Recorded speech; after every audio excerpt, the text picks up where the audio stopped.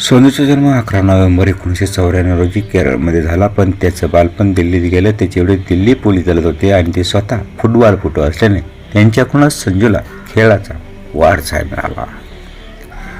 संजूला आधी IPS अधिकारी व्हायचं होतं, मात्र दिल्लीच्या अंडर-13 संघात निवड न झाल्याने वडिलांनी मुलाच्या क्रिकेट करिअरसाठी आपली पोलीस दलातील नोकरी सोडली आणि कुटुंब केरळला हलवलं. असे होते संजू सॅमसनचे वडील. वयाच्या 17व्या वर्षी त्यांनी प्रथम श्रेणी क्रिकेटमधील पदार्पण केलं. 2014च्या अंडर-19 विश्वचषकात भारतीय संघाचा उपकर्णधार म्हणून त्यानं सर्वाधिक धावा केल्या आणि इथूनच खऱ्या अर्थाने संजू सॅमसन हे नाव मात्र क्रिकेट विश्वाला समजलं.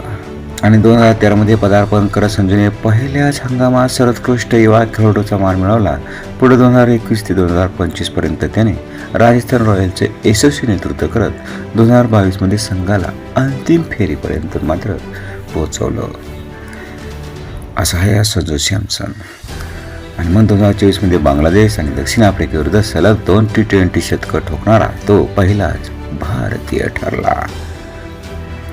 आणि आता 2026मध्ये संजूने T20 वर्ल्ड कप 2026 सुपर 8 सामन्यात 196 धावसंख्येचा पाठलाग करताना 97 धावा केल्या आणि भारताला सर्वात मोठा विजय मिळवून दिला.